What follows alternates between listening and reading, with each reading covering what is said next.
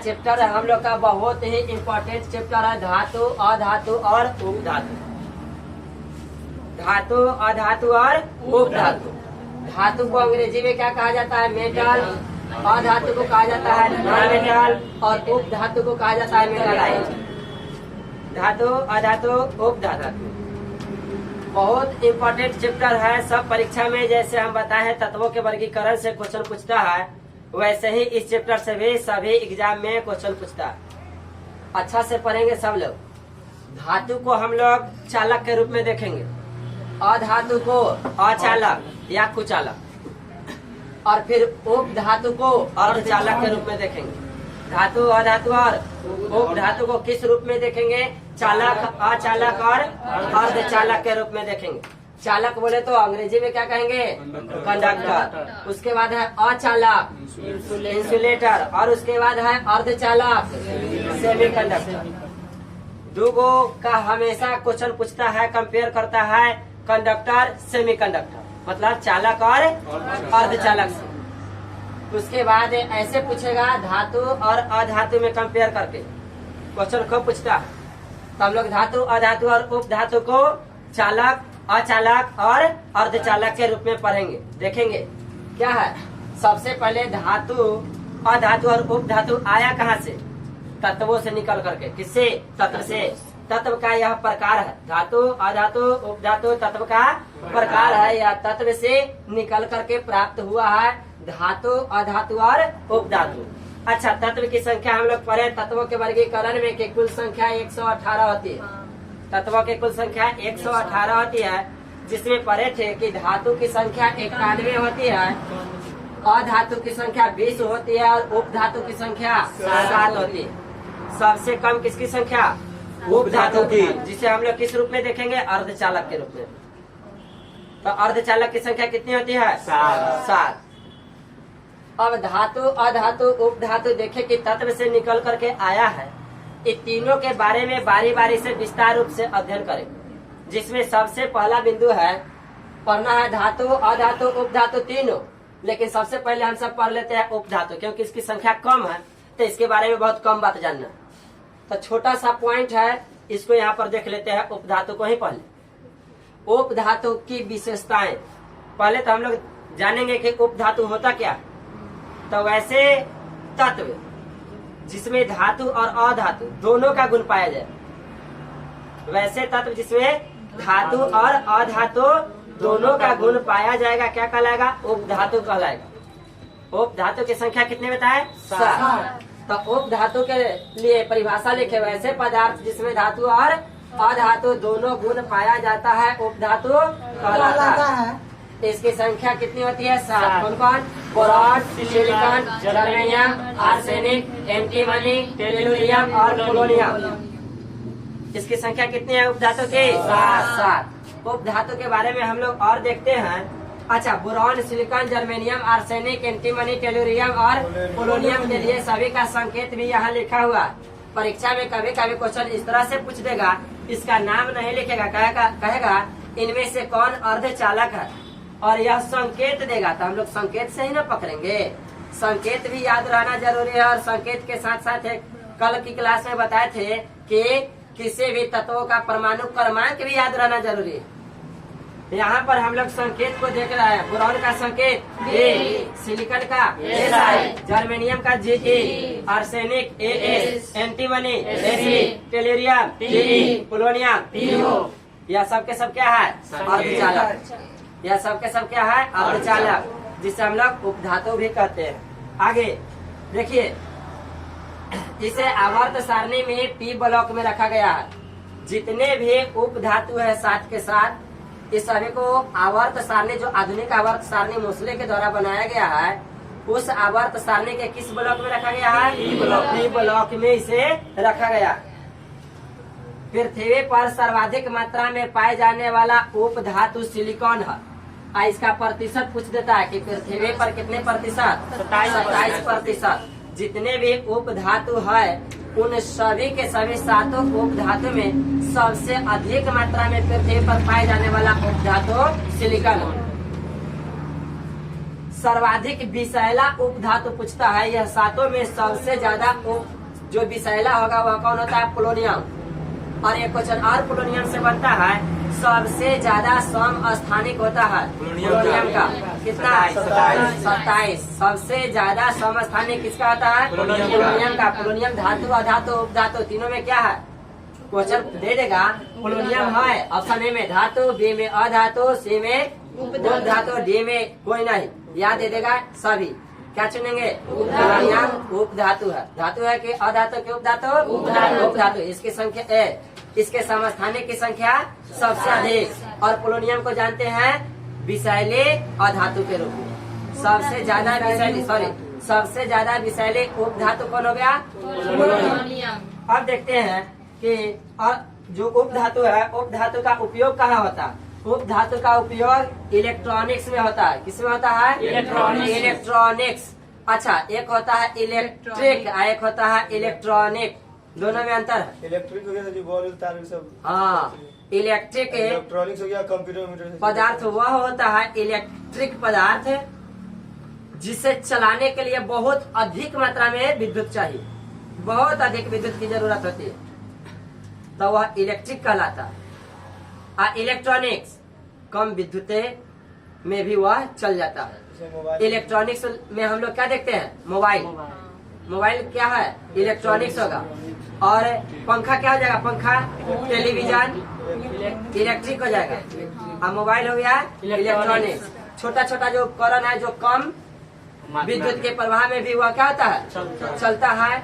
अच्छा, हम लोग कभी देखते हैं कोई विशेष प्रोग्राम होता है तो एक पुटपुटिया लाइट होता है, जलाया जाता है, या दिवाली में लोग अपने घर पर पूरा लगा देता है, वह भी बहुत कम विद्युत पर जलता है। उसके लिए भी बहुत कम विद्युत की जरूरत होता है। बहुत सीरीज रहेगा तभी वो आपको बढ़िया चलेगा, जलेगा बढ़िया से, तो वह इलेक्ट्रॉनिक्स कहलाएगा। तो इलेक्ट्रॉनिक्स बनाने में किसका प्रयोग? अर्धचालक, यानी कि उपधातु। उसके आगे पॉइंट है कि ताप बढ़ने से अर्धचालक पर क्या प्रभाव पड़ता है? क्वेश्चन खूब पूछता है। ताप बढ़ने से अर्धचालक, या कहेगा कि उपधातु पर क्या प्रभाव पड़ेगा? तो उसकी चालकता बढ़ेगी। ताप बढ़ने से उपधातु की चालकता बढ़ेगी, लेकिन उसकी प्रतिरोधकता घटेगी। दोनों बात पूछता है, चालकता और प्रतिरोधकता से। ताप बढ़ने पर अर्धचालक पर क्या प्रभाव पड़ेगा? तो कहेंगे ताप बढ़ने से अर्धचालक की चालकता बढ़ती है और प्रतिरोधकता घटती है। अच्छा, हम बताए हैं उपधातु के बारे में जिसमें धातु का भी गुण हो और अधातु। धातु में एक विशेष गुण होता है कि वह विद्युत को बहुत अधिक मात्रा में अपने से होकर प्रवाहित करती है। जैसे तांबा है ना, तांबा हो गया, एल्यूमिनियम हो गया, लोहा हो गया, यह सब विद्युत को बहुत अधिक मात्रा में अपने से होकर प्रवाहित करता है। लेकिन अधातु विद्युत को अपने से होकर प्रवाहित नहीं करता। अधातु विद्युत का कुचालक होता है, धातु विद्युत का सुचालक होता है। और हम बताए कि उपधातु में धातु और अधातु दोनों का गुण होगा। तो धातु का गुण होगा जिसके कारण ये चाहेगा कि हम अपने में से विद्युत को प्रवाहित करें। अधातु के गुण होने के कारण अधातु चाहेगा कि हम अपने इसमें से विद्युत को नहीं जाने। तो दोनों जोर लगाएगा। एक जोर लगाएगा कि हम विद्युत को ले जाएंगे और दूसरा जोर लगाएगा, धातु लगाएगा कि हम विद्युत को नहीं जाने देंगे। तो दोनों में टक्कर होने के कारण बहुत ही कम मात्रा में विद्युत प्रवाहित होती है। ताप बढ़ने से यही प्रभाव पड़ता है कि उसकी प्रतिरोधकता घटेगी। ताप बढ़ने से चालकता बढ़ेगी और प्रतिरोधकता घटेगी। और ताप को घटने से यही उल्टा हो जाएगा, ताप घटने से चालकता भी घटेगा और प्रतिरोधकता बढ़ेगा। तो चालकता पर पूछता है कि अर्ध चालक, या कहेगा इसी को उपधातु, ताप घटने से इस पर क्या प्रभाव पड़ेगा? चालकता घटेगा, प्रतिरोधकता बढ़ेगा। ताप बढ़ने से क्या प्रभाव पड़ेगा? चालकता बढ़ेगा और प्रतिरोधकता घटेगा। तो हम लोग देख लिए उपधातु के बारे में। अब हम लोग देखेंगे किसके बारे में? धातु और अधातु के बारे में। उपधातु के बारे में देख लिए। अभी हम सब पढ़ लिए क्या? धातु तत्व के 3 रूप देखे, धातु, अधातु, उपधातु, जिसमें से सबसे पहले उपधातु के बारे में पढ़ लिए। अब बारी आ गया किसके बारे में पढ़ने के? धातु के बारे में। अब धातु क्या होती है? किसे धातु कहेंगे?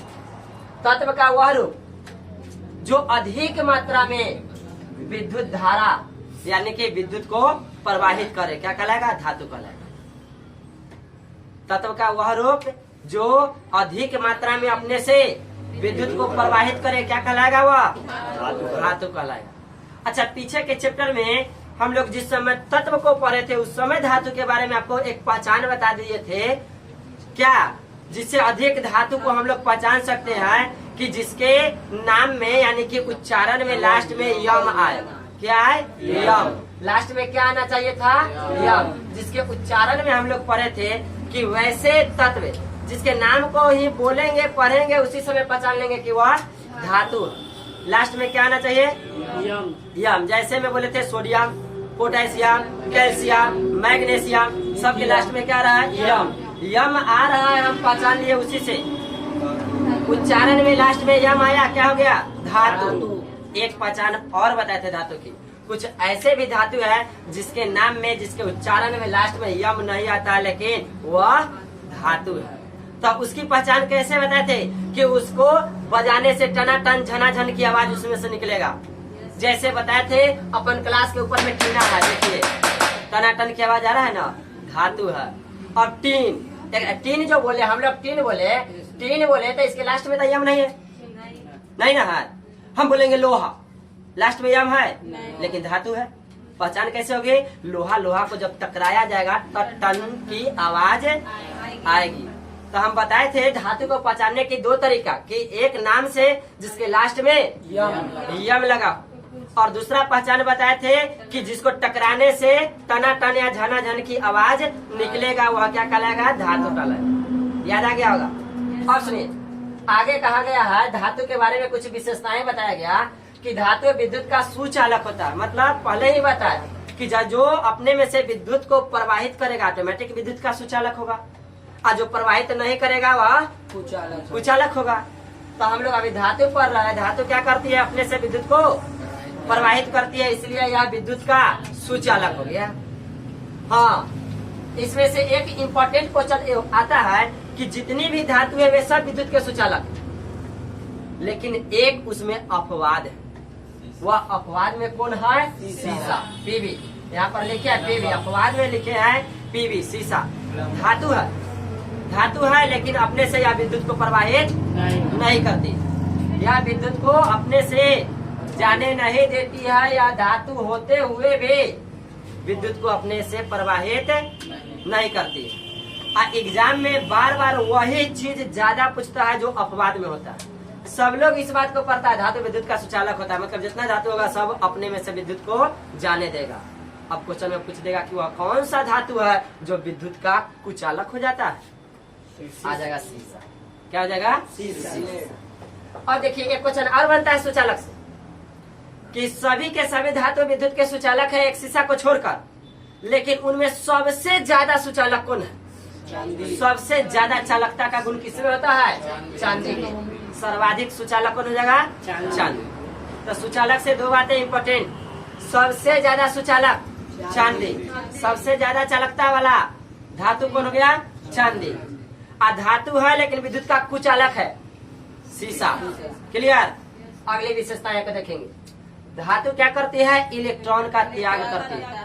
धातु इलेक्ट्रॉन का त्याग करता है, और त्याग करने के लिए हम आपको बताए हैं कि वैसे तत्व जिसके बाहरी कक्षा में 1, 2 या 3 इलेक्ट्रॉन रहेगी वह क्या करेगी कि त्याग करेगी, और जो त्याग करेगी वह कहलाएगी धातु। वैसे तत्व जो इलेक्ट्रॉन की त्याग करता हो धातु कहलाता है। धातु की संयोजकता होती है 1, 2 और 3। आगे है सामान्यतः यह ठोस अवस्था में होती है। धातु किस अवस्था में होती है? इसकी अवस्था कैसे होती है? ठोस। सामान्यतः धातु ठोस अवस्था में होती है, लेकिन ठोस अवस्था में होने के जैसे ही बात आएगी ठोस अवस्था में, यहाँ भी एक अपवाद हो जाएगा धातु में। पारा, मरकरी, मतलब वह धातु है, लेकिन एकमात्र धातु ऐसा है जो ठोस अवस्था में न होकर के द्रव अवस्था में। ऐसे जितने भी धातु है सभी के सभी ठोस होती है, इसीलिए यहाँ पर एक शब्द लगा क्या? सामान्यतः। सामान्यतः सभी धातुएं ठोस होती है, किसे छोड़ करके? पारा को छोड़ करके। पारा द्रव अवस्था में होती है। आगे है हाँ, सभी के सभी धातु कठोर भी होता है। कठोर बोले तो बहुत हार्ड होता है, उसे तोड़ने से जल्दी टूटेगा नहीं, फोड़ने से फूटेगा नहीं। धातु ज्यादा कठोर होता, लेकिन कुछ ऐसा धातु है अपवाद में हम लोग देखेंगे कि कठोर न होकर के मुलायम होती है। मुलायम होती है क्यों? क्योंकि इसका जो घनत्व होता है वह कम होता है। और वैसे धातु है लिथियम, सोडियम और पोटेशियम। सभी की सभी धातु कठोर होती है, किसे छोड़ करके? लिथियम, सोडियम और पोटेशियम को छोड़ करके। यह मुलायम होता है, धातु है लेकिन मुलायम होता है। इसीलिए तो इन तीनों को चाकू से काटा जा सकता है। क्वेश्चन खूब पूछता है कि कौन से धातु है जिसे, या कौन से तत्व है जिसे चाकू से काटा जा सकता है। ज्यादातर लोगों के जुबान पर रहता है सोडियम। याद करेंगे लिथियम, सोडियम और पोटेशियम। इसकी सतह चमकदार होती है। किसकी सतह? धातु की सतह। धातु की सतह चमकदार होती है। इसका कारण क्या है? इसके बाहरी कक्षा में जो इलेक्ट्रॉन घूमते रहता है, जो लास्ट कक्षा होती है धातु की, जो बाहरी कक्षा में 1, 2 या 3 इलेक्ट्रॉन घूमते रहता है, वही इलेक्ट्रॉन के घूमते रहने के कारण इसकी सतह चमकदार होती है। धातु की सतह चमकदार होती है। तो हम लोग पढ़ते हैं कि धातु में एक विशेष प्रकार की चमक होती है। किसके कारण? बाहरी कक्षा में इलेक्ट्रॉन के घूमते रहने के कारण। आगे है कमरे के ताप पर यह ठोस होती है, केवल पारा को छोड़कर। अभी हम लोग पीछे देखें कि धातु की अवस्थाएं सामान्यतः ठोस होती है, लेकिन एकमात्र धातु पारा है जो द्रव अवस्था में होती है। यहाँ पर बहुत बार क्वेश्चन में आपको मिलेगा कमरे के ताप पर, तो लोग घबरा जाता है। कमरे के ताप को काला लिखता है सामान्य तापमान। सामान्य तापमान में हम लोग कमरा में रहते हैं कि नहीं? सामान्य तापमान माना जाता है 20 डिग्री से 40 डिग्री के बीच। 40 से ज्यादा होता है तो अधिक तापमान हो जाता है ना। हम लोग कभी कभी गर्मी के दिनों में 42, 43, 44, 45 डिग्री तक की तापमान को देखे, लेकिन उसमें आधा 1 घंटा रहेंगे तो जल जाएंगे, इतना अधिक तापमान होगा। तो जो सामान्य तापमान माना जाता है 20 डिग्री से 40 डिग्री के बीच। और उस अवस्था में जितने भी धातु होते हैं सबके सब ठोस होते हैं, एकमात्र पारा ही होता है जो द्रव अवस्था में। आगे धातु की विशेषताएं कि धातु में अघात वर्धनीयता का गुण होता है। अब क्या होता है अघात वर्धनीयता का गुण? यह क्या होता है? अघात वर्धनीयता गुण के कारण धातु को यदि पीटा जाता है हथौड़े से तो वह क्या होता है? चिपटा होते जाता है। और चिपटा होते होते होते होते लास्ट में बहुत ही पतली उसकी चादर बना दी जाती है। धातु को पीट करके बहुत ही पतले चादर बनाया जाता है। क्यों? किस गुण के कारण? अघात वर्धता के कारण। कौन से गुण के कारण? अघात वर्धता के कारण। अब हम लोग देखते हैं कि सर्वाधिक अघात वर्ध वाला गुण किसमें होता है? धातु तो बहुत है, सभी को पीट करके पतला बनाया जाता है, लेकिन सबसे ज्यादा पतला किसे बनाया जा सकता है? सोना। क्वेश्चन पूछता है सर्वाधिक अघात वर्धनीय गुण वाला धातु कौन है या तत्व कौन है? हम लोग चुनेंगे सोना। आगे है कि धातु में एक और गुण होता है, किसकी? तन्यता की। धातु में तन्यता का गुण होता है। तन्यता गुण क्या होती है? तन्यता गुण के कारण ही धातु को खींच करके पतली तार बनाया जाता है। तांबा के तार देखते हैं ना कितना पतला होता है, लोहा का भी तार बनाया जाता है, एल्युमिनियम का भी तार बनाया जाता है। सबके सब क्या धातु है, और उस धातु में एक गुण होता है तन्यता। क्वेश्चन बनेगा किस गुण के कारण धातु के पतली तार बनाई जाती है? तन्यता गुण के कारण। किस गुण के कारण धातु को पीटकर पतली चादर बनाई जाती है? अघात वर्धता के कारण। क्लियर? अब है अगला पॉइंट, तन्यता में हम लोग देख लिए।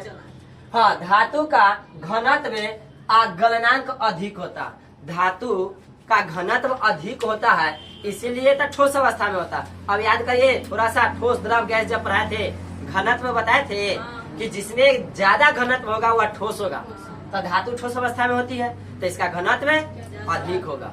धातु का घनत्व अधिक होता है। अच्छा, जिसका घनत्व अधिक होगा उसका गलनांक भी अधिक होगा। तो धातु का घनत्व और गलनांक अधिक होता है। धातु के बारे में एक और बात कि धातु में ध्वनिक गुण होता है। ध्वनिक गुण के कारण उसे जब आपस में टकराया जाता है तो टना टना झना झन की आवाज आती है। किस गुण के कारण? ध्वनिक गुण के कारण। और ध्वनिक गुण के कारण ध्वनि उत्पन्न होती है। ध्वनिक गुण के कारण ध्वनि उत्पन्न होती है। हम लोग अभी जो आपको बताया इसको टना टन मार करके तो आवाज आया ना, क्यों? क्योंकि यह टीन में ध्वनिक गुण है। टीन क्या है? धातु है और धातु में ध्वनिक गुण है। अच्छा, लकड़ी में लकड़ी टकराइए, इसकी आवाज इतना करेगा? आवाज नहीं, थोड़ा सा आवाज करेगा या नहीं भी करेगा। अधातु, लकड़ी अधातु हो जाएगा, उसको टकराएंगे तो वो आवाज नहीं करेगा। अधातु में ध्वनि का गुण नहीं होता, लेकिन धातु में ध्वनि का गुण होता है। इसी गुण के कारण तो उसमें से ध्वनि उत्पन्न होता है। कोई भी धातु आपस में टकराता है या कोई दूसरे धातु ही टकराता है तो उससे ध्वनि उत्पन्न होता है। हम लोग घंटी बजाते हैं, साइकिल की घंटी लोहा का बना हुआ है ना, धातु है ना, तो उसको बजाते हैं तो आवाज निकलता है ना, उससे ध्वनि उत्पन्न होता है। किस गुण के कारण? ध्वनि गुण के कारण। अब है लास्ट पॉइंट, हम लोग देखते हैं धातु के बारे में कि धातु की जो प्रकृति होती है वह क्षारीय होता है। धातु की प्रकृति क्षारीय होता है। तो कुल मिलाकर के हम लोग देखें यहाँ से धातु के बारे में, धातु जाने, धातु की पहचान जाने, धातु के विशेषताएं। क्या क्या पढ़ लिए? उपधातु, धातु, धातु। अब देख लेते हैं हम लोग किसके बारे में? अधातु के बारे में। अधातु क्या होती है? अधातु क्या होती है? तत्व का वह रूप जो अपने से होकर प्रकाश बनते हैं, विद्युत को प्रवाहित नहीं करती। जो अपने से होकर विद्युत प्रवाह नहीं करती है तो वह क्या कहलाएगा? अधातु। तो अधातु के बारे में हम लोग जानेंगे, इसकी विशेषताएं क्या क्या होती है। मुख्य रूप से सबसे पहली विशेषताएं तो बताए कि यह विद्युत प्रवाह नहीं करता, और जो विद्युत प्रवाह नहीं करेगा वह क्या कहलाएगा? विद्युत का कुचालक। जो अपने में से विद्युत को नहीं जाने देगा तो क्या कहलाएगा? विद्युत का कुचालक। तो धातु था विद्युत का सुचालक और अधातु हो गया विद्युत का कुचालक। अब देखिए, अधातु विद्युत के साथ साथ उष्मा का भी कुचालक होता है। हाँ, लेकिन यहाँ पर एक अपवाद आ गया। क्या? ग्रेफाइट। देखिए ध्यान दीजिए, ग्रेफाइट, ग्रेफाइट अधातु, जिसे हम लोग काला शीशा के नाम से जानते हैं ना। और देखिए, ग्रेफाइट अधातु, लेकिन यह विद्युत का सुचालक है। ग्रेफाइट का प्रयोग पेंसिल बनाने में किया जाता है। सुझाव दिया जाता है जो इलेक्ट्रिक का काम करता है उसे मैकेनिक को, कि जब वह बोर्ड वगैरह बनाता है तो पेंसिल रखता है अपने कान पर और फ्रेम बनाना होता है, इधर से इधर नाप करके और काटता है। और उसे यह सलाह दिया जाता है कि कभी भी वह स्विच वाला जो प्लग जहाँ लगाने वाला होता है उसमें पेंसिल भूल से भी न रखे, करंट मार देगा। क्या? वह विद्युत का सुचालक है। कौन? ग्रेफाइट। और पेंसिल किसका बना होता है? ग्रेफाइट का बना होता है। तो जितने भी अधातु सभी विद्युत के कुचालक है, कोई विद्युत को नहीं जाने देता। अपवाद में कौन? ग्रेफाइट। ग्रेफाइट एकमात्र अधातु है जो विद्युत का सुचालक। अब हम लोग देख रहे हैं अधातु के बारे में क्या, कि यह इलेक्ट्रॉन ग्रहण करता है। देखिए, धातु का अपोजिट है अधातु, तो इसमें जो बातें देखे उसका अपोजिट हम लोग इसमें देख लेंगे। धातु इलेक्ट्रॉन का त्याग करता है और वही त्याग किए गए इलेक्ट्रॉन को अधातु ग्रहण कर लेता है। अधातु इलेक्ट्रॉन ग्रहण करता है, अधातु इलेक्ट्रॉन ग्रहण करता है। और आप लोग पीछे के क्लास में सीखे हैं त्यागना, ग्रहण करना सीखे हैं। तब ग्रहण करेगा जब बाह्य कक्षा में इलेक्ट्रॉन की संख्या 5, 6, 7 होगी। क्या होगी? 5, 6 और 7। बाहरी कक्षा में इलेक्ट्रॉन की संख्या 5 होगा तो कितने इलेक्ट्रॉन ग्रहण करेगा? 3। और यदि 6 रहेगा तो 2 और 7 रहेगा तो 1। तो अधातु क्या करता है? इलेक्ट्रॉन ग्रहण करता है। अब हम लोग देख रहे हैं कि अधातु कठोर नहीं होता, धातु कठोर होता, अधातु कठोर नहीं होता। मतलब अधातु मुलायम होता, लेकिन कुछ अधातु कठोर भी होता, ठोस अवस्था में भी होता। अच्छा, इसकी अवस्थाएं, अधातु की जो अवस्था होती है वह सामान्यतः ठोस और गैस में होता है। यहाँ पर देखे हैं केवल ठोस, धातु केवल ठोस अवस्था में, बस एक पारा को छोड़ करके, पारा द्रव अवस्था में। लेकिन अधातु के बारे में, अधातु की अवस्थाएं ठोस और गैसीय होती है, ठोस अवस्था और गैसीय अवस्था। हाँ, इसमें भी इसकी अवस्था को देखेंगे तो एक है ब्रोमीन। ब्रोमीन एकमात्र अधातु है जो द्रव अवस्था में होता है। हम लोग इसकी कठोरता को देख रहे हैं, अधातु की कठोरता। अधातु कठोर नहीं होता, लेकिन कोयला कठोर होता है, कोयला अधातु है। हीरा अधातु है, कठोर होता है, जो कि सबसे ज्यादा कठोर होता है, सबसे ज्यादा कठोर अधातु हीरा होता है। तो हम लोग देखे कि यह कठोर नहीं होता है, लेकिन किसे छोड़ करके? हीरा कोयला को छोड़ करके हीरा और कोयला कठोर होता है। आगे, इसकी सतह चमकदार नहीं होती। किसकी सतह? अधातु की सतह। अधातु की सतह चमकदार नहीं होती है, धातु की सतह चमकदार होती है। हम लोग धातु में देखे हैं कि कमरे के ताप पर यह सामान्यतः ठोस अवस्था में होती है, और यहाँ पर देख रहे हैं कि कमरे के ताप पर यह सामान्यतः ठोस या गैसीय अवस्था में होता है, और एकमात्र अधातु ब्रोमीन है जो द्रव अवस्था में होता है। एकमात्र अधातु ब्रोमीन है जो द्रव अवस्था में होती है। आगे, अधातु के बारे में देख रहे हैं कि अधातु में आघात वर्धनीय गुण नहीं होता है, अधातु में तन्यता का गुण भी नहीं होता है। न अधातु को पीट कर पतली चादर बनाई जा सकती है, और न अधातु को खींचकर लंबा तार बनाया जा सकता है। अधातु में कौन कौन से गुण नहीं होगा? आघात वर्धनीय का गुण नहीं होगा, तन्यता का गुण नहीं होगा। अधातु में कौन सा गुण नहीं होगा? आघात वर्धनीयता और तन्यता। आघात वर्धनीय गुण इसमें नहीं होता है। जैसे हम लोग देखे हैं कोयला को, तो अभी देखे ना कि कोयला अधातु है। कोयला को हथौड़े से पीटने पर वह चौड़ा होता है क्या? पतली चादर जैसा होता है? टूटता है। क्या हो जाता है? टूट जाता है। तो अब हम लोग देख लिए एक बात और अधातु के बारे में, क्या कि इसमें आघात वर्धनीय और तन्यता का गुण नहीं होता। आगे है, अधातु का घनत्व और गलनांक बहुत ही कम होता है। अधातु का घनत्व और गलनांक कम होता है, धातु का घनत्व और गलनांक दोनों अधिक होता है। आप लोग को परीक्षा में आएगा धातु और अधातु में अंतर लिखे, क्लास 10 हो आता है। धातु और अधातु में अंतर लिखे, 10 अंतर लिख सकते हैं। परीक्षा में सबको याद न रहता है, 2-3 अंतर लिखते लिखते हड़बड़ा जाता है बाबा। इसका घनत्व और गलनांक बहुत ही कम होता है। इसमें ध्वनिक गुण भी नहीं होता। देखिए, ध्वनिक गुण भी नहीं होता। अधातु क्या बोले? लकड़ी को टकराएंगे तो आवाज निकलेगा? नहीं, ध्वनिक गुण अधातु में नहीं होता है। यह अम्लीय प्रवृत्ति की होती है। कौन अम्लीय प्रवृत्ति की? अधातु। धातु क्षारीय प्रवृत्ति की होती है और अधातु अम्लीय प्रवृत्ति की होती है। तो आज की क्लास यहीं पर छोड़ते हैं।